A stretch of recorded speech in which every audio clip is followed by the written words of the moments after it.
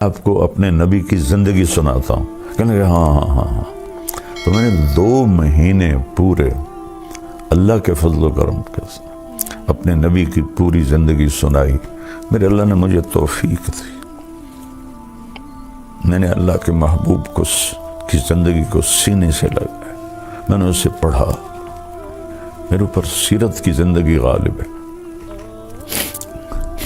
تو آخری دن جب میں نے اللہ کے نبی کی وفات سنائی کہ ہمارے نبی فوت کیسے ہو، تو اس وقت میرے بڑے بھتیجے کی عمر کوئی 5-6 سال تھی، طاہر میاں کا بیٹا زین العابدین، تو اپنی ماں کی گود میں بیٹھا تھا۔ تو جب میں نے یہ بتایا نا تو وہ دھاڑیں مار کے رونے لگا۔ 5 سال کے بچے کو تو پتہ بھی نہیں ہوتا نبی کون ہوتا ہے، واللہ وہ دھاڑیں مار کے رونے لگا اور ماں سے ایسے لپٹ گیا، ہمارے نبی کیوں فوت ہو گئے، ہمارے نبی کیوں فوت ہو گئے، ہمارے نبی کیوں فوت ہو گئے۔ علی میرا بیٹا ہے، اس کو سب سے پہلے میں 2.5 سال کی عمر میں عمرے پر لے گیا۔ جب اپنی ماں کے ساتھ گیا وہاں ریاض الجنہ میں، ماں سے کہتا ہے ماما میں نے اپنے نبی کو دیکھنا ہے، میں نے اپنے نبی کو دیکھنا ہے۔ والدین نے یہ فطرت اولاد کی مسخ کر دی، تباہ کر دی۔ انگلش بولے تو کبھی زبان سے بھی کوئی قوم عروج پاتی ہے۔ چین والوں نے کتنی انگلش سیکھی ہے، جاپان والوں نے کتنی انگلش سیکھی ہے، کوریا والوں نے کتنی انگلش سیکھی ہے۔ وہ کمبخت 100 سال ہمیں غلام بنا کے گئے، اس غلامی سے نکلتے ہی نہیں ہے، نسل جانتی ہی نہیں ہے اللہ کا نبی کون ہے، تو ان کے سامنے زندگی کیسے آئے گی کہ زندگی گزارنے کیا ہے۔ تو پھر وہ بوائے فرینڈ بنائیں گی لڑکیاں، گرل فرینڈ بنائیں گے لڑکے، فحاشی آوارگی کی فضا بنے گی، نشوں پہ لگیں گے۔ ہمارے زمانے میں یعنی میں 71 تک رہا ہوں گورنمنٹ کالج، اور 64 سے 69 تک میں رہا ہوں سینٹرل ماڈل اسکول۔ کسی کو پتہ ہی نہیں ہوتا تھا نشہ کیا ہے۔ سگریٹ تو میں بھی پیتا تھا اور سارے پیتے تھے، لیکن کوئی نشہ کرے یہ بالکل نہیں تھا۔ اور مجھے یاد نہیں کہ کوئی لڑکی ننگے سر، کو ایجوکیشن تھی ہماری گورنمنٹ کالج میں، مجھے یاد نہیں کوئی لڑکی ننگے سر ہوتی تھی، اور ان کے بیٹھنے کا سیکشن اور جگہ الگ ہوتی تھی، لڑکے الگ بیٹھتے تھے۔ اب ہمارے کالج یونیورسٹیز نشے سے بھرے ہوئے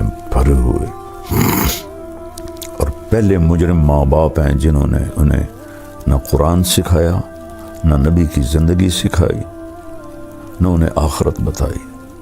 پڑھو، سب اے آنے چاہیے، بی نہیں آنا چاہیے، سی نہیں آنا چاہیے۔ دکھ سے کہہ رہا ہوں، میری اپنی نسل ہے، میری تو محنت ہی اسی پر ہوئی ہے، تو مجھے رونا آتا ہے جب میں اپنی نسل کی بربادی دیکھتا ہوں۔ بیٹی سے کہہ رہے ہیں ابو ذر بکرا ذبح کر، کھانا تیار کر، آج مہمان آئیں۔ وہ بھی دل میں کہنے لگی بیچارہ مرنے والا ہے ابا، اس کی کوئی عقل پہ مسئلہ آ گیا ہے۔ تو بیوی سے کہا جاؤ جا کے راستے میں بیٹھو۔ سبحان اللہ، دوپہر سے پہلے، دوپہر ہو رہی تھی تو دور سے غبار اڑتا نظر آیا۔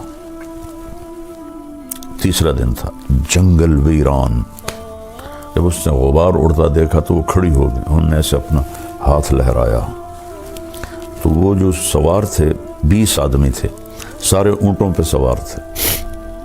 تو انہوں نے دیکھا ویرانے میں ایک عورت کھڑی ہوئی ہے، تو انہوں نے اپنے اونٹوں کا رخ پھیر دیا اس بی بی کی طرف، تو کہنے لگی هل لکم من رغبت ان تسلوا جنازۃ صحابی الرسول، فرمانے لگے کیا آپ لوگ مہربانی کریں گے کہ ایک صحابی رسول فوت ہو رہا ہے، اس کا جنازہ پڑھو۔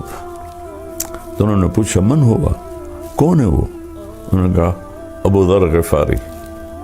تو سب رونے لگے، سب، اور سب کے منہ سے نکلا نفدیہ بآبائنا و امہاتنا، ہمارے ماں باپ ابو ذر پہ قربان، یہ کون لوگ تھے؟ ان کے امیر تھے حضرت عبداللہ بن مسعود رضی اللہ تعالیٰ عنہ، جو بہت بڑے صحابہ میں سے ہیں، بدری صحابی ہیں۔ یہ عمرے کے لیے جا رہے تھے مکہ مکرمہ، تو شارٹ کٹ اختیار کیا کہ جلدی عمرے پر پہنچ جائیں۔ حج تو گزر چکا تھا، اصل تو وہ عمرے کے لیے نہیں جا رہے تھے، میرا رب ابو ذر کے جنازے کے لیے ان کو عراق سے چلے تھے۔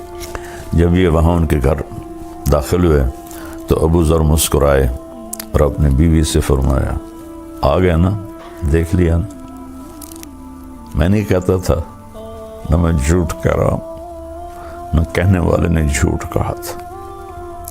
پھر فرمایا کہ حالانکہ ان میں عبداللہ بن مسعود بھی موجود ہیں، دیکھو بھائی، مجھے کفن وہ دے جس نے کبھی حکومت کی نوکری نہ کی، اور حکومت تو اس وقت نہیں تھی، خلافت راشدہ تھی حضرت عثمان کی، اور میرا جنازہ وہ پڑھائے جس نے حکومت کی نوکری نہ کی ہو۔ تو سب کے سب نے کی ہوئی تھی۔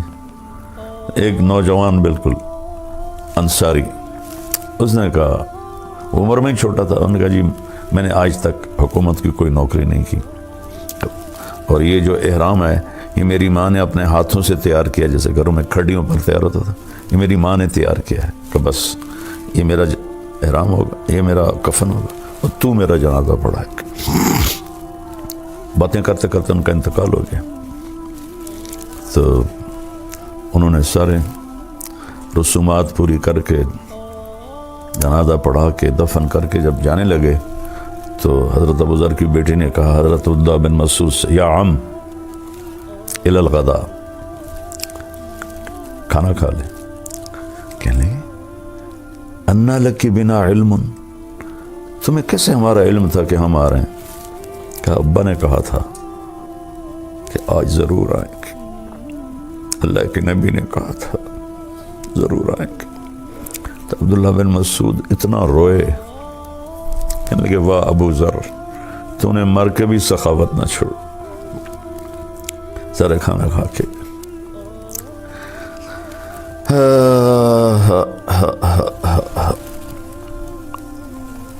بھولی بسری داستانیں رہ گئیں بیٹا، پیسہ ہی خدا ہے آج کل، پیسہ ہی نبی ہے، پیسہ ہی اسلام ہے، پیسہ ہی دین ہے، پیسہ ہی عزت ہے۔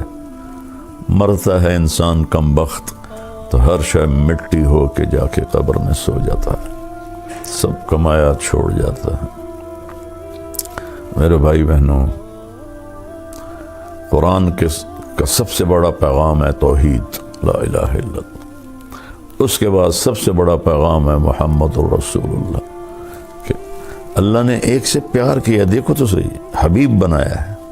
حبیب اسے کہتے ہیں جس کی محبت کی انتہا نہ ہو۔ خلیل اسے کہتے ہیں، ابراہیم خلیل اللہ ہیں جن کی محبت مضبوطی سے گڑ گئی ہو، بڑھتی نہ ہو۔